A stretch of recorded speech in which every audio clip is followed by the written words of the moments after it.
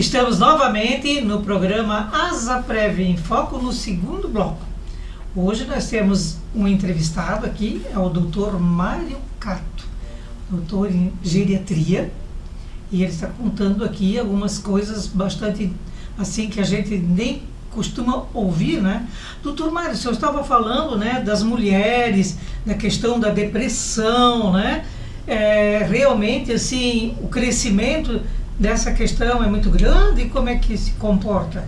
Acho que tem aumentado bastante. Quando a gente olhava na década de 90, a gente tinha um crescimento muito grande das doenças cardiocirculatórias, né? Então, os infartos, os AVCs, né? E eram as doenças que eram as mais prevalentes, as mais comuns, né? A partir dos anos 2000, isso vem mudando um pouco. As doenças psiquiátricas, e principalmente a depressão, vem aumentando cada vez mais. Hoje, ela encosta nas doenças cardiocirculatórias. Então, a importância da depressão, por exemplo, diagnosticar no momento certo e tratar da maneira adequada, ela é essencial.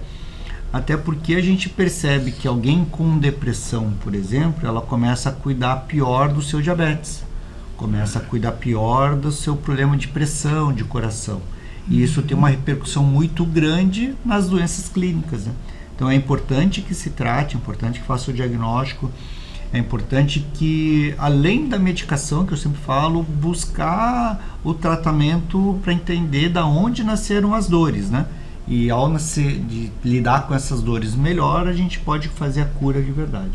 Mas as doenças psiquiátricas, ele é ainda um problema a ser desvendado melhor, porque ainda tem muito preconceito com isso. Tem gente que não procura, porque diz que isso é bobagem, que isso vai se resolver, que é só eu querer que eu vou melhorar.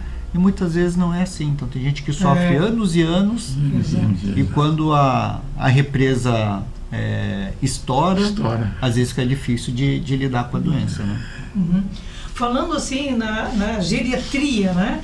Como é que assim todo esse atendimento, porque às vezes a gente diz assim, procura um cardiologista, você já sabe, cuida do coração e tudo mais, né?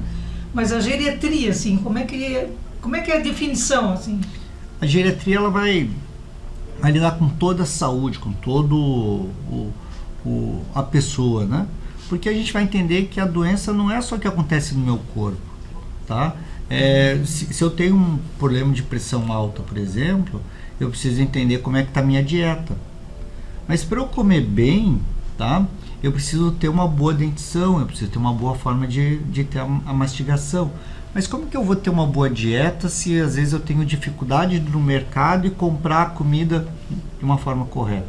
Então, quando a gente pensa em uma doença, a gente pensa num todo, em tudo que envolve essa pessoa. E a gente vai olhar para ela de uma forma completa, né? Porque não é só o meu coração, não é só o meu pulmão, o meu problema de depressão, o meu problema de Alzheimer. Ele é o todo. Quando a gente atende alguém, por exemplo, que tem uma doença de Alzheimer, a gente não olha só para o paciente, a gente também tem que olhar para quem está cuidando. Às vezes uma esposa, um esposo, uma filha, e às vezes essas pessoas também precisam de cuidado, porque se eu não cuidar de quem cuida, o paciente também fica sem assistência. Então a geriatria, ela trata como um todo, né? E eu falo de uma maneira, né, talvez que as pessoas entendam bem, assim, às vezes o geriatra é um bom clínico geral, que vai ver o paciente como um todo, vai tentar ver desde aquele probleminha o mais simples possível, que seja uma unha encravada do pé, até as doenças como, por exemplo, a doença de Alzheimer, as doenças cardíacas, porque a gente é treinado para atender o paciente como um todo. Lógico que o geriatra muitas vezes vai precisar de ajuda do colega, né? Então, vou precisar, às vezes, uma doença mais grave do coração, vou ter que ter o cardiologista do meu lado. Às vezes, uma doença mais grave da área neurológica, eu vou ter que ter o neurologista do meu lado também. Então, a gente faz essas parcerias, mas é a gente que faz ver o paciente como um todo. E uma das grandes coisas que o geriatra tenta fazer é tentar de otimizar o tratamento por medicamentos. Porque às vezes chega o paciente tomando 10, 15 medicamentos E o trabalho do geriatra é pegar, isso aqui já não precisa, isso aqui a gente deixa de lado, aqui a gente reduz a dose. E muitas vezes, ao limpar essa prescrição e organizar de uma forma mais racional, o paciente melhora só por ter tirado medicamentos, né? Então essa é uma das funções também do geriatra. Além disso, a gente vai trabalhar muito na prevenção, né? Então, estava falando assim, qual é a importância da atividade física para a pessoa idosa? Ela é essencial porque a gente vai naturalmente perdendo a massa muscular. Então, minha perna fica mais fina, meu braço também, já não tenho tanta força. Então, com isso, aumenta meu risco à queda, aumenta meu risco a algumas doenças. Então, eu preciso manter essa musculatura forte. Então, eu preciso fazer atividade física. Porque só com atividade física que eu consigo ganhar massa muscular. Exatamente. E eu ganhando massa muscular, agora sim eu consigo estar mais forte. E se eu estou mais forte, eu vou passear mais, eu vou poder caminhar até o mercado, vou poder sair com meus amigos para jogar uma bocha, vou poder sair com a minha esposa para ir num baile. Então, eu estando mais forte, eu consigo viver mais. Então, a grande fonte da juventude se chama exercício físico, e isso é o papel do geriatra, por exemplo, de poder achar uma atividade física mais adequada, de orientar, falar assim, olha, eu acho que o senhor precisa fazer primeiro uma atividade que vá preparar a musculatura, que vai ser o pilates ou a musculação, vai precisar de uma atividade que vá trabalhar a parte cardíaca, então é uma caminhada, é uma natação, aí não importa, né? A gente vai achando as atividades para te devolver a vitalidade, um pouco da força que a gente vai perdendo no decorrer da idade, né? Então, esse é o papel do geriatra, assim, né? De fazer tanta coisa, mas que é o papel que nos cabe, né? Bom, né? Porque vai abordando, como o senhor falou, né? Encaminhando, né? A questão é cardiologista, o outro é questão de nutrição, o outro, né? Isso realmente é muito bom. Eu acho que é necessário até, né? De a gente procurar um geriatra para ver todo... Sim, e a gente na geriatria, a gente tem tanta ciência dessa necessidade de ver as pessoas como um todo, que a gente precisa de várias pessoas para lidar com a saúde, que dentre as especialidades da medicina, a única que faz congressos e que ele é multidisciplinar, tem outros profissionais, é a geriatria. O nosso congresso brasileiro, por exemplo, é um congresso de geriatria e gerontologia. Então é um congresso que vai fisioterapeuta, fonoaudiólogo, psicólogo, enfermagem, vai todos os outros profissionais também participar das mesas, das palestras, porque o conhecimento que a gente precisa para lidar com a nutrição, por exemplo, o médico não tem esse conhecimento. Então eu preciso beber da fonte da nutrição, preciso encaminhar para a nutrição, mas eu, ao estar próximo dela, eu aprendo um pouquinho, né? Esse um pouquinho me agrega. Um pouco do que a gente conhece de depressão, e a gente tem contato com as psicólogas, ou os psicólogos, a gente também aprende um pouquinho. Eles vão fazer um trabalho excelente lá na psicoterapia, mas a gente aprende um pouquinho. Então a gente vai aprendendo um pouquinho de cada um, né? E a gente também passa um pouco do nosso conhecimento para os outros, né? Doutor, assim, a gente sabe que cresceu muito a questão da diabetes, né? Meu Deus, assim, uma explosão, né?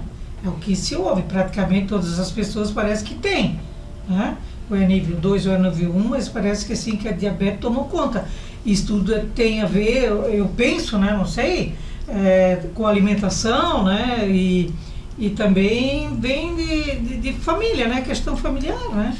Ele tem essa questão hereditária, familiar, ela é importante, né? Então a gente tem que, quando a gente vai conversar com o paciente, a gente faz o histórico familiar, como era a saúde do pai, da mãe, dos irmãos, né?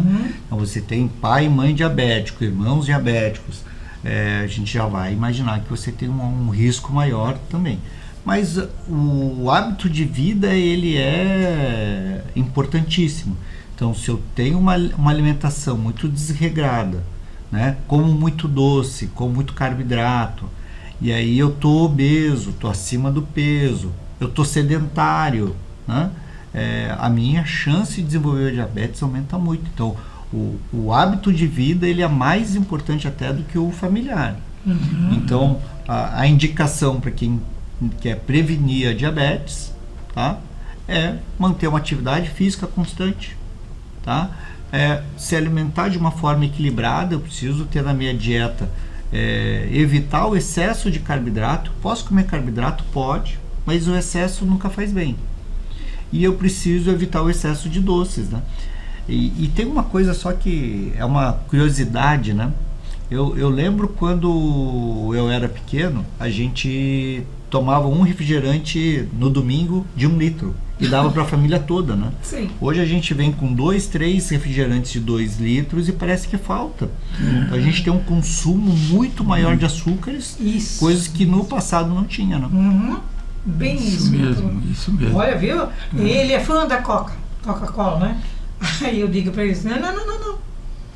Daí ele olha para mim assim, eu digo, bom, uma de vez em quando, tudo bem, mas a gente tem que controlar muito, né? Porque tem pessoas, parece que se sentem atraídas por uma determinada bebida, né? Às vezes a gente vai num restaurante e vê alguém pedindo uma Coca de 2 litros para comer sozinho no almoço, e ele toma quase a garrafa inteira. Meu Deus. E além do excesso de açúcar que tem a Coca-Cola, ela tem muito sódio, muito sal. Então ele tem seus problemas, né? Então a gente fala assim, evite o refrigerante, ele não faz bem. Se você quer alguma bebida para acompanhar, use o suco, e o suco natural, porque o suco também fabricado em pó, ele tem tanto açúcar e sódio quanto o refrigerante. Então esse é um mal, por exemplo, que eu estou fugindo há anos. Eu abandonei o refrigerante, isso só me fez bem. Abandonar esse hábito que realmente não é um hábito bom. Com certeza, bem isso aí, tá vendo, Hildo? Não esquece. Refrigerante só uma vez ou outra, né? Para mudar um pouquinho. Doutor, nós estamos chegando ao final do programa, a gente agradece muito. Vamos ver se a gente consegue fazer até uma parceria lá com a Zaprev, né?